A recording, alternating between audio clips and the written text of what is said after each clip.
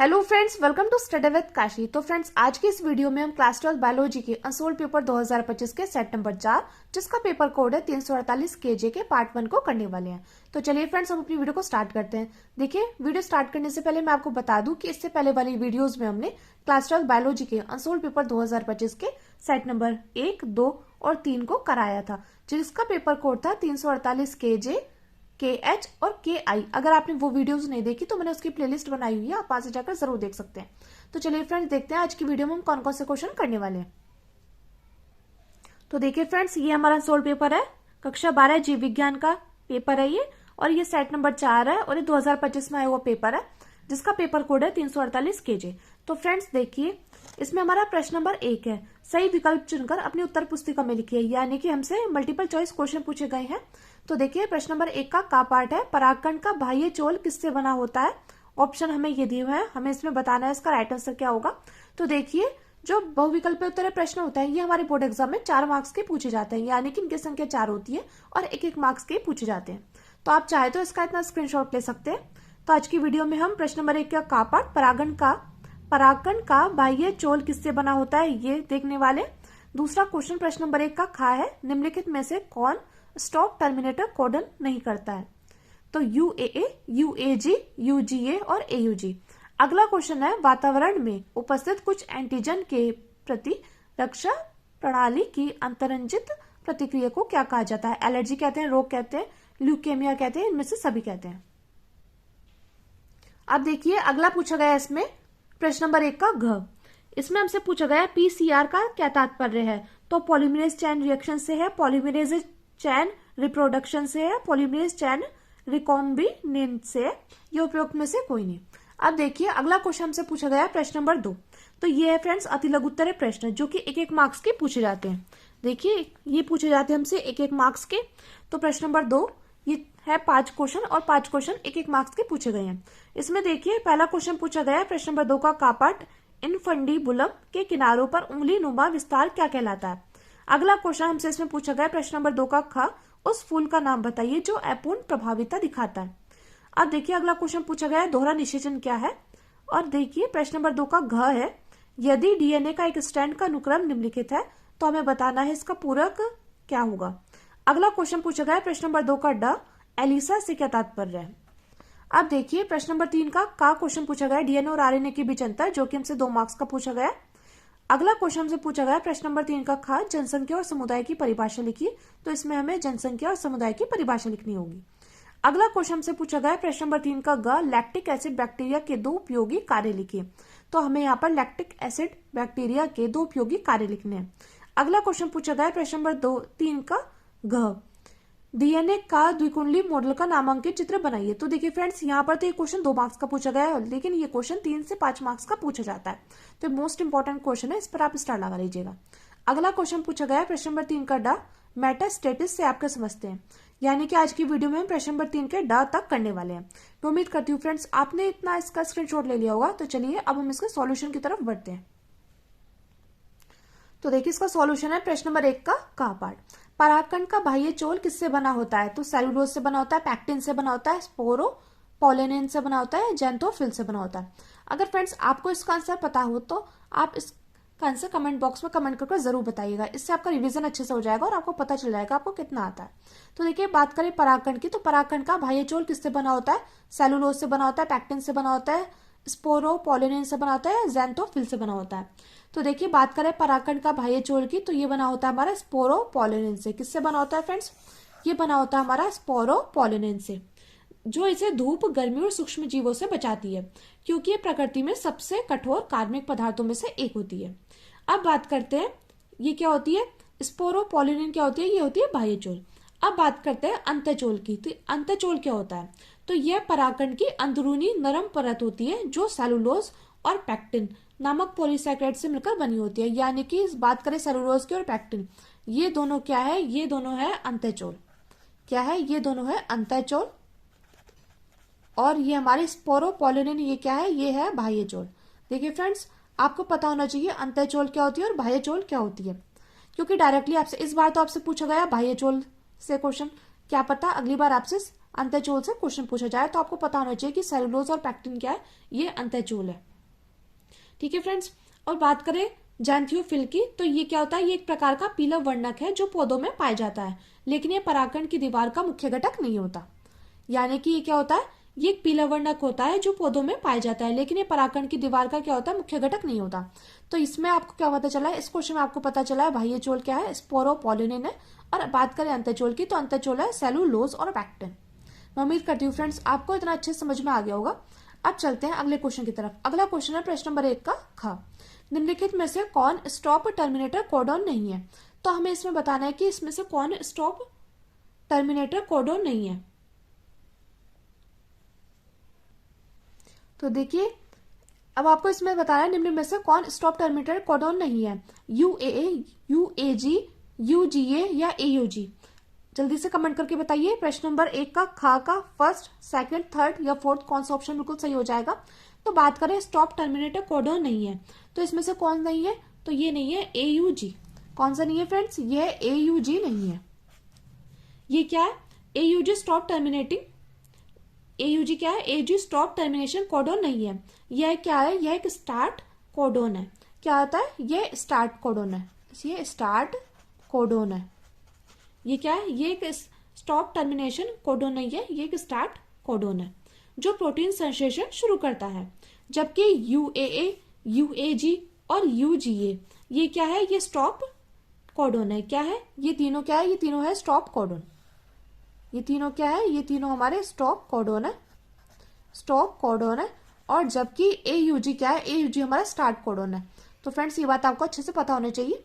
तो इसका हमारा राइट आंसर क्या हो जाएगा, प्रश्न नंबर ख का फोर्थ पार्ट बिल्कुल सही हो जाएगा। कौन सा स्टॉप टर्मिनेटर कोडॉन नहीं है, तो एयूजी नहीं है, क्योंकि ये स्टार्ट कोडॉन है। मैं उम्मीद करती हूँ फ्रेंड्स आपको इतना अच्छे समझ में आ गया होगा। अब देखिए अगला क्वेश्चन हमसे पूछा गया है प्रश्न नंबर 1 का ग पार्ट। वातावरण में उपस्थित कुछ एंटीजन के प्रति प्रतिरक्षा प्रणाली की अंतर्जित प्रक्रिया को क्या कहा जाता है।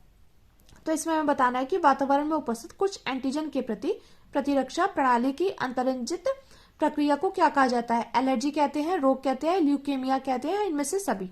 तो आपको इसका राइट आंसर बताना है प्रश्न नंबर 1 का ग का फर्स्ट, सेकंड, थर्ड या फोर्थ कौन सा सही हो जाएगा। तो बात करें वातावरण में उपस्थित कुछ एंटीजन के प्रति प्रतिरक्षा प्रणाली की अंतर्जित प्रक्रिया को क्या कहा जाता है, तो ये कहा जाता है एलर्जी। क्या कहते हैं फ्रेंड्स, इसको बोलते हैं हम एलर्जी। और यह एक ऐसी स्थिति है जहां शरीर पराग या धूल पालतू जानवरों की रूसी जैसे सामान्य चीजों की गलती से खतरनाक समझकर उन पर प्रतिक्रिया करता है, जिससे छींकना, नाक बहना और सांस लेने में कठिनाई जैसे लक्षण होते हैं। तो ये क्या होता है, ये होती है एलर्जी। तो आपको पता होना चाहिए वातावरण में उपस्थित कुछ एंटीजन के प्रति प्रतिरक्षा प्रणाली की अंतर्जित प्रक्रिया को क्या कहा जाता है, एलर्जी कहा जाता है। अब देखिए फ्रेंड्स 1 नंबर के क्वेश्चन में आपसे डायरेक्टली पूछ लिया जाएगा कि एलर्जी किसे कहते हैं। तो देखिए यहाँ से आपके 2 क्वेश्चन तैयार हो रहे हैं। एक तो आपको बहुविकल्प उत्तर प्रश्न तैयार हो रहा है और एक आपकी एलर्जी की परिभाषा तैयार हो रही है। यानी कि ये क्वेश्चन बनकर तैयार होगा कि एलर्जी किसे कहते हैं। तो आपको पता होना चाहिए कि वातावरण में उपस्थित कुछ एंटीजन के प्रति प्रतिरक्षा प्रणाली की अंतर्जित प्रक्रिया एलर्जी कहलाती है। अब देखिए अगला क्वेश्चन से पूछा गया है प्रश्न नंबर 1 का घ। पीसीआर का तात्पर्य क्या है। तो हमें इसमें बताना है पीसीआर का क्या तात्पर्य है। फर्स्ट है पॉलीमरेज चेन रिएक्शन, सेकंड है पॉलीमरेज चेन रिप्रोडक्शन, थर्ड है पॉलीमरेज चेन रिकॉम्बिनेंट, फोर्थ है उपरोक्त में से कोई नहीं। तो जल्दी से बताइए पीसीआर का तात्पर्य क्या है। तो फ्रेंड्स बात करें पीसीआर की, तो पीसीआर है पॉलीमरेज चेन रिएक्शन, यानी कि ए ऑप्शन बिल्कुल सही हो जाएगा। पॉलीमरेज चेन रिएक्शन यह एक आणविक जीव विज्ञान तकनीक है जिसका उपयोग डीएनए की लाखों प्रतियां बनाने के लिए किया जाता है। तो इसका क्या किया जाता है, इसका उपयोग डीएनए की लाखों प्रतियां बनाने के लिए किया जाता है। मैं उम्मीद करती हूँ फ्रेंड्स आपको इतना अच्छे समझ में आ गया होगा। अब चलते हैं हम अगले क्वेश्चन की तरफ। अगला क्वेश्चन हमारा प्रश्न नंबर 2 का इनफंडिबुलम के किनारों पर उंगली नुमा विस्तार क्या कहलाता है। तो देखिए इसका आंसर हो जाएगा इनफंडिबुलम के किनारों पर उंगली नुमा विस्तार को फिम्ब्रिया या झालर कहते हैं। क्या कहते हैं, इनफंडिबुलम के किनारों पर उंगली नुमा विस्तार को फिम्ब्रिया या झालर कहते हैं। अब देखिए अगला क्वेश्चन है प्रश्न नंबर 2 का खा। उस फूल का नाम बताइए जो अपूर्ण प्रभाविता दिखाता है। तो हमें उस फूल का नाम बताना है जो अपूर्ण प्रभाविता दिखाता है। तो देखिए फ्रेंड्स ये सभी क्वेश्चन मोस्ट इंपॉर्टेंट है, तो आप इन पर स्टार लगा लीजिएगा। और फ्रेंड्स अगर आपने अभी तक कुछ नहीं पढ़ा है ना, तो आपको बस क्या करना है, आपको 2019 से 2025 तक जितने पेपर सेट आए हुए हैं ना बायोलॉजी के, उनको अच्छे से तैयार कर लेना है। और जरूर नहीं है कि बायोलॉजी के, अगर आप फिजिक्स केमिस्ट्री में अभी भी कंफ्यूज हैं, आपने कोई सा भी सब्जेक्ट अभी तक उठाकर नहीं देखा है, आप हिंदी की बात कर लीजिए, हिंदी, इंग्लिश, मैथ, और आप फिजिक्स, केमिस्ट्री, बायोलॉजी की बात कर लीजिए। तो अगर आपने अभी तक कुछ नहीं पढ़ा है तो आपको क्या करना है, आपको बस 2019 से 2025 तक जितने पेपर सेट आई हुए हैं ना, उनको अच्छे से तैयार कर लेना है। अगर आपने बस इतना कर लिया ना तो आपके पूरे में से पूरे मार्क्स आ जाएंगे। क्योंकि देखिए हमारा जो सिलेबस है वो बिल्कुल फिक्स है, और जब सिलेबस फिक्स होता है ना तो हमारे क्वेश्चंस यही रिपीट होते रहते हैं। तो चलिए फ्रेंड्स देखते हैं प्रश्न नंबर 2 का खा उस फूल का नाम बताइए जो अपूर्ण प्रभाविता दिखाता है। तो देखिए इसमें आंसर हो जाएगा गुलाबास या मिराबिलिस जलापा या स्नैप ड्रैगन या 4 o'clock पादप अपूर्ण प्रभाविता दर्शाता है। तो इसमें क्या हो जाएगा, गुलाबास या मिराबिलिस जलापा या स्नैप ड्रैगन या 4 o'clock पादप अपूर्ण प्रभाविता दर्शाता है। आप इसमें से कोई सा भी नाम लिख देना। अब देखिए अगला है प्रश्न नंबर 2 का ग, दोहरा निषेचन क्या है। तो हमें इसमें बताना है डबल फर्टिलाइजेशन क्या है। तो हम इसमें लिखते हैं दोहरा निषेचन, डबल फर्टिलाइजेशन पुष्पीय पौधों में होने वाली एक अनोखी प्रक्रिया है।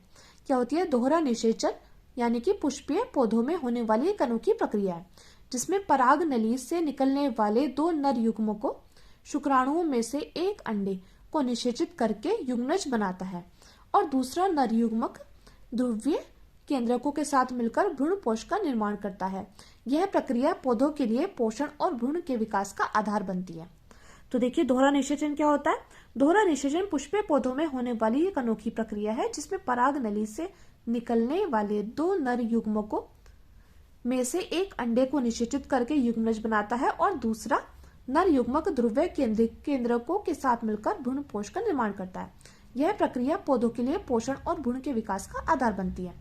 अब चलते हैं अगले क्वेश्चन की तरफ। तो अगला क्वेश्चन हमारा प्रश्न नंबर 2 का घ। इसमें हमसे पूछा गया यदि डीएनए का एक स्ट्रैंड का अनुक्रम निम्नलिखित है। यहाँ पर हमें एक डीएनए का स्ट्रैंड का अनुक्रम दिया गया है जो कि है 5' ATGC ATGC ATGC ATGC ATGC ATGC ATGC 3' यानी कि कितने बार है, 7 बार है ATGC। ठीक है, तो हम इसका आंसर देना है। तो हम यहाँ पर लिखते हैं यदि डीएनए के एक रज्जुक, यानी कि यहाँ पर लिखा है एक स्ट्रैंड, तो यदि डीएनए के एक रज्जुक स्ट्रैंड का अनुक्रम 5' ATGC ATGC ये 3' है तो इसका पूरक रज्जुक होगा 3'। अब देखिए इसका पूरक रज्जुक क्या होगा, 3' TACG क्या होगा, यहाँ से 3' TAGC यानी कि 7 बार है TACG ये है 3' TACG। तो कितनी बार है TACG, ये है हमारा 7 बार से 5' होगा क्योंकि डीएनए में ए यानी कि एडेनिन हमेशा किसके साथ जुड़ता है, टी यानी कि थाइमिन के साथ, और जी ग्वानिन हमेशा साइटोसिन के साथ जुड़ता है। तो आपको पता होना चाहिए कि जो एडेनिन किसके साथ जुड़ेगा, एडेनिन जुड़ेगा टी फॉर थाइमिन के साथ, और जी यानी कि ग्वानिन किसके साथ जुड़ेगा, ये जुड़ेगा साइटोसिन के साथ। तो आपको ये बात पता होनी चाहिए। तो आप क्या करेंगे, ये जैसे हो जाएगा 3' TACG, ये था 5' ATGC ये 7 बार था 3'। अब हमने क्या करा, इसका पूरक रज्जुक क्या हो जाएगा 3' TACG, क्योंकि इसका कारण है कि डीएनए में ए यानी कि एडेनिन हमेशा थाइमिन के साथ जुड़ता है और जी ग्वानिन हमेशा साइटोसिन के साथ जुड़ता है। अब देखिए फ्रेंड्स एक बात और, डायरेक्टली आपसे एमसीक्यू में क्वेश्चन पूछ लिया जाएगा या आपसे 1 नंबर के क्वेश्चन में क्वेश्चन पूछ लिया जाता है कि डीएनए में कौन कौन से क्षार होते हैं। तो आपको पता होना चाहिए डीएनए में कौन कौन से क्षार होते हैं। तो डीएनए में होते हैं ATGC, आपको बस ये याद रखना है ATGC। डीएनए की बात करें तो ATGC adenine, thymine, guanine, cytosine, और बात करें आरएनए की तो ये हो जाएगा ATGU, ये हो जाएगा आरएनए का, एडेनिन, थाइमिन, ग्वानिन और यू की जगह हो जाएगा यूरेसिल, वहां पर क्या हो जाएगा यूरेसिल। मैं उम्मीद करती हूँ फ्रेंड्स आपको इतना अच्छे समझ में आ गया होगा। अब चलते हैं अगले क्वेश्चन की तरफ। तो अगला क्वेश्चन हमारा प्रश्न नंबर 2 का डा, एलिसा से क्या तात्पर्य है। तो हमें इसमें बताना है एलिसा से क्या तात्पर्य है। तो सबसे पहले हम इसके फुल फॉर्म लिखेंगे। तो एलिसा ये होता है एंजाइम लिंक्ड इम्यूनोसॉर्बेंट एसे। क्या होता है, एंजाइम लिंक्ड इम्यूनोसॉर्बेंट एसे या एंजाइम लिंक्ड इम्यूनोसॉर्बेंट एसे, इसको हिंदी में लिख लीजिए, इंग्लिश में, दोनों एक ही बात है। जो एक प्रयोगशाला तकनीक है, ये क्या है, एलिसा क्या है, ये एक प्रयोगशाला तकनीक है। इसका उपयोग रक्त, मूत्र जैसे जैविक नमूनों में एंटीबॉडी, एंटीजन, प्रोटीन और हार्मोन जैसे विशेष पदार्थों का पता लगाने और उनकी मात्रा मापने के लिए किया जाता है। यह HIV, गर्भावस्था परीक्षण और विभिन्न संक्रमणों के निदान में बहुत उपयोगी है। तो एलिसा क्या होता है, ये एक प्रयोगशाला तकनीक है। इसका उपयोग रक्त मूत्र जैसे जैविक नमूनों में एंटीबॉडी, एंटीजन, प्रोटीन और हार्मोन जैसे विशिष्ट पदार्थों का पता लगाने और उनकी मात्रा मापने के लिए किया जाता है। और यह HIV, गर्भावस्था परीक्षण और विभिन्न संक्रमणों के निदान में बहुत उपयोगी है। अब देखिए फ्रेंड्स, अगर ये क्वेश्चन आपसे 2 से 3 मार्क्स का पूछा जाए तो आप इतना करके आइएगा। अगर ये क्वेश्चन सिर्फ आपसे 1 मार्क्स का पूछा जाए तो आपको क्या करना है, आपको सिर्फ इसकी फुल फॉर्म लिखनी है। तो फ्रेंड्स, ये क्वेश्चन आपसे 1 मार्क्स का पूछा गया था, तो आप चाहे तो इसको पूरा लिख लीजिएगा या इसकी बस फुल फॉर्म लिख लीजिएगा, तब आपको पूरे में से पूरे मार्क्स मिलेंगे। अब चलते हैं अगले क्वेश्चन की तरफ, जो कि है अब चलते हैं अगले क्वेश्चन की तरफ। तो देखिए अगला क्वेश्चन है प्रश्न नंबर 3 का डीएनए और आरएनए के बीच अंतर बताइए। तो हमें यहाँ पर डीएनए और आरएनए के बीच अंतर बताना है। तो देखिए फ्रेंड्स, मोस्ट इंपॉर्टेंट क्वेश्चन है, हर साल रिपीट होता है।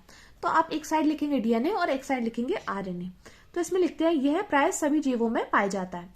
डीएनए जो होता है ये प्राय सभी जीवों में पाया जाता है। और बात करें आरएनए की, यह कुछ वायरस में पाया जाता है। आगे चलते हैं, आगे देखिए इसमें सेकंड पॉइंट है, इसमें डीऑक्सीराइबो शर्करा पाई जाती है। डीएनए में कौन सी शर्करा पाई जाती है, डीऑक्सीराइबो शर्करा पाई जाती है। और बात करें आरएनए की, इसमें राइबो शर्करा पाई जाती है। अब आगे देखिए, इसमें यह मुख्य रूप से केंद्रक में पाया जाता है। डीएनए जो होगा वो मुख्य रूप से केंद्रक में पाया जाता है।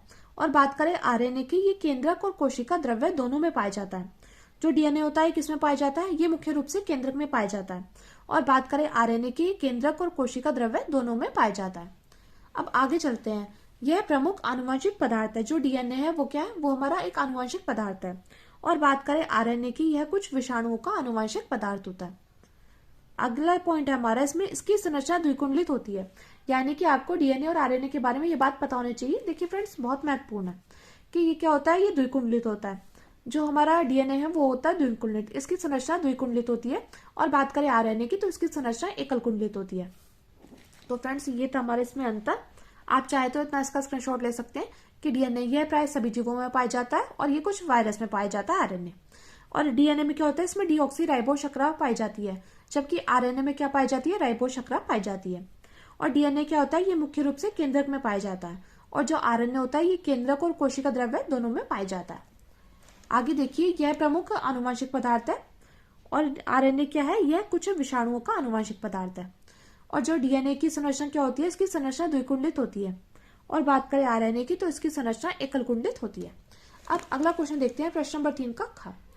अब देखिए, इसमें हमसे क्वेश्चन पूछा गया है जनसंख्या और समुदाय की परिभाषा लिखिए। तो हमें इसमें जनसंख्या और समुदाय की परिभाषा लिखनी है। तो हम ब्लैक पेन से हेडिंग डालेंगे जनसंख्या, जिसको इंग्लिश में बोलते हैं पॉपुलेशन। तो इसमें हम लिखते हैं एक विशिष्ट भौगोलिक या राजनीतिक क्षेत्र में रहने वाले एक ही प्रजाति के सभी जीवों जैसे समुदाय, जैसे मनुष्य, हिरण या बैक्टीरिया के समूह को जनसंख्या कहते हैं, जो आपस में प्रजनन कर सकते हैं और अलग रहते हैं।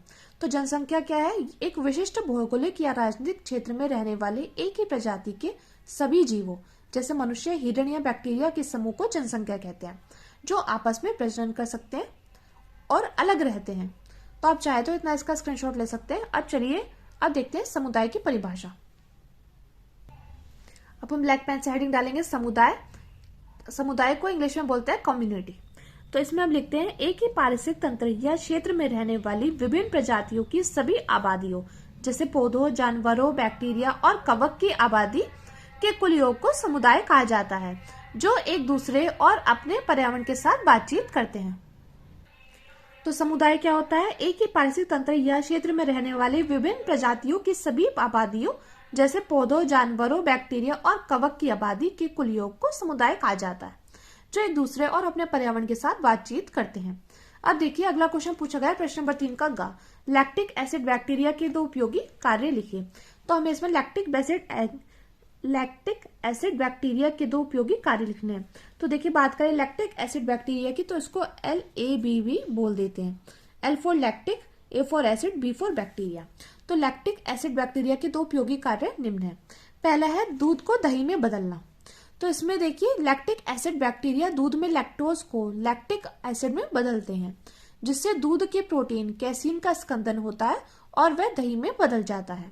इस प्रक्रिया से विटामिन B12 की मात्रा बढ़ जाती है, जिससे दही की पोषण गुणवत्ता में सुधार होता है।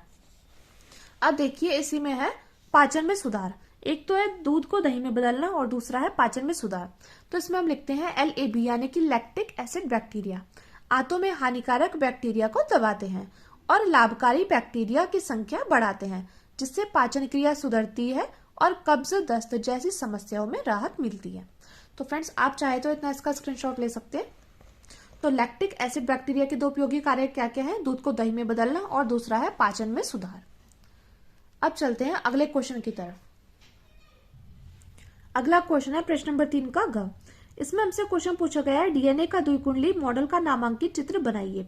तो देखिए friends, most important question, direct हमसे 5-5 मार्क्स का ही पूछा जाता है क्वेश्चन। तो देखिए, आप इस पर स्टार लगा लीजिएगा। चलिए बढ़ते हैं इसके सॉल्यूशन की तरफ। तो इसमें हम लिखते हैं डीएनए का द्विकुंडली मॉडल सर्वप्रथम वाटसन और क्रिक ने दिया था और इस कार्य के लिए उन्हें 1962 में नोबेल पुरस्कार से सम्मानित किया गया। तो डीएनए का द्विकुंडली मॉडल किसने दिया था? वाटसन और क्रिक ने दिया था और इस कार्य के लिए उन्हें 1962 में नोबेल पुरस्कार से सम्मानित किया गया। अब हम इसमें आगे लिखते हैं प्रत्येक डीएनए अणु 3 प्रमुख घटकों से मिलकर बना होता है। पहली होती है डीऑक्सी राइबो शर्करा, दूसरी होती है फास्फेट समूह और तीसरी होती है नाइट्रोजन क्षार। तो क्या होता है इसमें? जो प्रत्येक डीएनए अणु 3 प्रमुख घटकों से मिलकर बना होता है। पहले होती है डीऑक्सी राइबो शर्करा, दूसरी होती है फास्फेट समूह, तीसरी होती है नाइट्रोजन क्षार। तो देखिए फ्रेंड्स, सबसे पहले अब हम इसके चित्र की तरफ देखते हैं। तो देखिए यहाँ पर क्या है? यहाँ पर ये 2 स्ट्रैंड है, एक है 3', एक है 5'। तो देखिए ये संरचना कुछ इस प्रकार है, आपको कुछ इस प्रकार दिखाई दे रही है। ये यहाँ पर देखिए ये आपको कुछ इस प्रकार दिखाई दे रही होगी, ये आपको कुछ इस प्रकार दिखाई दे रही है ये, ठीक है। ये आपको कुछ इस प्रकार दिखाई दे रही है। यहाँ पर क्या है? यहाँ पर ये 2 स्ट्रैंड है। ये क्या है? यहाँ पर 2 स्ट्रैंड है, एक तो 3' है, एक है 5', ठीक है। और ये क्या है? ये कुछ इस प्रकार है, ये है इस प्रकार, ये देखिए ये यहाँ पे ये कुछ इस प्रकार है, ठीक है। 2 स्ट्रैंड है, 3' और 5'। अब इसमें क्या होता है? इसमें जो इनका व्यास होता है वो कितना होगा? वो होगा 20 एंगस्ट्रॉम। इनका जो व्यास होता है वो होता है 20 एंगस्ट्रॉम। अब इसमें क्या होता है? इसमें क्या होता है? ये यहाँ पर फास्फेट और शर्करा यानी कि P और S क्या होता है? एकांतर क्रम में जुड़े होते हैं, यानी कि यहाँ पर लिखेंगे आप PS। इसी प्रकार आप यहाँ पर लिखेंगे। देखिए फ्रेंड्स, मैं आपको समझाने के लिए बता रही हूँ, आपको अगर थोड़ा डायग्राम ऐसे लग रहा होगा तो मैनेज कर लीजिएगा। तो देखिए PS, ये एकांतर क्रम में जुड़े होते हैं, ठीक है। उसके बाद यहाँ पर क्या होता है? यहाँ पर होते हैं नाइट्रोजन क्षार। नाइट्रोजन क्षार क्या होते हैं? इसमें एडेनिन जो होता है वो डबल बॉन्ड के साथ थाइमिन के साथ जुड़ा होता है और G यानी कि ग्वानिन ट्रिपल बॉन्ड के साथ साइटोसिन के साथ जुड़ा होता है, ठीक है। तो A डबल बॉन्ड T और G ट्रिपल बॉन्ड C के साथ जुड़ा होता है, ठीक है फ्रेंड्स। और यहाँ पर क्या होता है? ये होते हैं पॉलीन्यूक्लियोटाइड, ये होते हैं पॉलीन्यूक्लियोटाइड होते हैं, पॉलीन्यूक्लियोटाइड होते हैं, ठीक है। ये पॉलीन्यूक्लियोटाइड होते हैं। और देखिए यहाँ पर क्या होता है? यहाँ पर 10 नाइट्रोजन क्षार की जो दूरी होती है, यहाँ पर देखिए गिनना नहीं है, बस आपको करना है। यहाँ पर 10 नाइट्रोजन क्षार की दूरी होती है 34 एंगस्ट्रॉम। तो देखिए फ्रेंड्स, ये चित्र तो वैसे ठीक से नहीं बना है, लेकिन सिर्फ मैंने आपको समझाने के लिए बताया है यहाँ पर। अब देखते हैं इसके चित्र की तरफ, आगे बढ़ते हैं। अब देखिए मेन चित्र तो इसका ये है। तो आपको अपने बोर्ड एग्जाम में इस प्रकार से बना के आना है, वो बस मैंने आपको समझाने के लिए बताया था। तो देखिए मैंने अभी आपको बताया ना कि 2 स्ट्रैंड है, 3' और F' और इनके बीच की दूरी है, इनके बीच का जो व्यास है वो है 200 एंगस्ट्रॉम। अब ये क्या है? ये है पॉलीन्यूक्लियोटाइड। और देखिए 10 नाइट्रोजन क्षार की दूरी कितनी होती है? 34 एंगस्ट्रॉम होती है। ये बात आपको पता होनी चाहिए, ये आपको गिननी नहीं है। उसके बाद देखिए यहाँ पर फास्फेट और शर्करा क्या होती है? एकांतर क्रम में जुड़ी होती है, ये एकांतर क्रम में जुड़े हैं। और यहाँ पर जो नाइट्रोजन क्षार है ना, ये नाइट्रोजन क्षार होते हैं ATGC। तो A डबल बॉन्ड के साथ जुड़ा है T के साथ यानी कि थाइमिन के साथ, और G यानी कि ग्वानिन ट्रिपल बॉन्ड के साथ जुड़ा है साइटोसिन के साथ। तो देखिए ये इस प्रकार है, आप चाहे तो इतना इसका स्क्रीनशॉट ले सकते हैं। अब देखिए हमने इसमें क्या लिखा था? हमने लिखा था कि डीएनए का द्विकुंडली मॉडल सर्वप्रथम वाटसन और क्रिक ने दिया था और इस कार्य के लिए उन्हें 1962 में नोबेल पुरस्कार से सम्मानित किया गया। प्रत्येक डीएनए अणु 3 प्रमुख घटकों से मिलकर बना होता है। पहली है डीऑक्सी राइबो शर्करा, दूसरी है फास्फेट समूह, तीसरी है नाइट्रोजन क्षार। और इसमें देखिए नाइट्रोजन क्षार है एडेनिन, ग्वानिन, साइटोसिन, थाइमिन। मैं आपको फ्रेंड्स फिर से कह रही हूँ कि आपको पता होना चाहिए इसमें कौन कौन से नाइट्रोजन क्षार होते हैं। तो एडेनिन, ग्वानिन, साइटोसिन और थाइमिन होते हैं। अब देखिए इसमें हम लिखते हैं डीएनए का प्रत्येक अणु 2 पॉलीन्यूक्लियोटाइड का बना होता है जिसका व्यास लगभग 20 एंगस्ट्रॉम होता है। तो देखिए यहाँ पर क्या है, डीएनए का प्रत्येक अणु 2 पॉलीन्यूक्लियोटाइड, ये है 2 पॉलीन्यूक्लियोटाइड का बना होता है और इसका व्यास का, इसका व्यास है 20 एंगस्ट्रॉम होता है। आगे हम लिखते हैं इसमें सेकंड पॉइंट है, प्रत्येक पॉलीन्यूक्लियोटाइड में फास्फेट तथा शर्करा समूह एकांतर क्रम में जुड़े होते हैं। इसमें फास्फेट और शर्करा समूह क्या है, एकांतर क्रम में जुड़े हुए हैं। आगे हम इसमें लिखते हैं, देखिए फ्रेंड्स हम इसमें कुछ नई बात नहीं लिख रहे, जो हमने यहाँ पर चित्र में किया है ना, हमने बस वही लिखा कि डीएनए का अणु का प्रत्येक अणु 2 पॉलीन्यूक्लियोटाइड का बना होता है जिसका व्यास लगभग 20 एंगस्ट्रॉम होता है। आगे हमने इसमें लिखा है प्रत्येक पॉलीन्यूक्लियोटाइड में फास्फेट तथा शर्करा समूह एकांतर क्रम में जुड़े होते हैं। आगे देखिए होते हैं जिसमें एडेनिन थाइमिन से और हाइड्रोजन के द्विबंध तथा ग्वानिन साइटोसिन से हाइड्रोजन के त्रिबंध से जुड़ा होता है। और चौथा पॉइंट इसमें डीएनए अणु में 10 नाइट्रोजन क्षार के बीच की दूरी लगभग 34 एंगस्ट्रॉम होती है। तो फ्रेंड्स ये बातें हमने आपको चित्र में बताई थी, तो आपको इसको रटने की जरूरत नहीं है, आपको बस इसको अच्छे से समझना है। अब देखिए इसमें अगला क्वेश्चन पूछा गया है, प्रश्न नंबर 3 का डा, मेटास्टेसिस से आप क्या समझते हैं। तो हमें इसमें बताना है मेटास्टेसिस से आप क्या समझते हैं। तो देखिए हम ब्लैक पेन साइडिंग डालेंगे मेटास्टेसिस। तो इसमें हम लिखते हैं यह एक प्रक्रिया है जिसमें कैंसर कोशिकाएं मूल ट्यूमर से टूटकर रक्त या लसिका के माध्यम से शरीर के दूसरे हिस्सों में फैल जाती है और नए ट्यूमर बनाती है। इसे स्टेज 4 कैंसर भी कहते हैं क्योंकि ये फैल चुका होता है। तो मेटास्टेसिस क्या होता है, यह एक प्रक्रिया है जिसमें कैंसर कोशिकाएं मूल ट्यूमर से टूटकर रक्त या लसिका के माध्यम से शरीर के दूसरे हिस्सों में फैल जाती है और नए ट्यूमर बनाती है। इसे स्टेज 4 कैंसर भी कहते हैं क्योंकि ये फैल चुका होता है। तो फ्रेंड्स आज की वीडियो में इतना ही। मैं उम्मीद करती हूँ फ्रेंड्स आपको इस वीडियो से थोड़ी सी भी हेल्प मिली हो, तो प्लीज हमारे चैनल को सब्सक्राइब कर लीजिएगा और वीडियो को लाइक शेयर कमेंट करना मत भूलिएगा। तो चलिए फ्रेंड्स मिलते हैं नेक्स्ट वीडियो से में। Thank you, thanks for watching.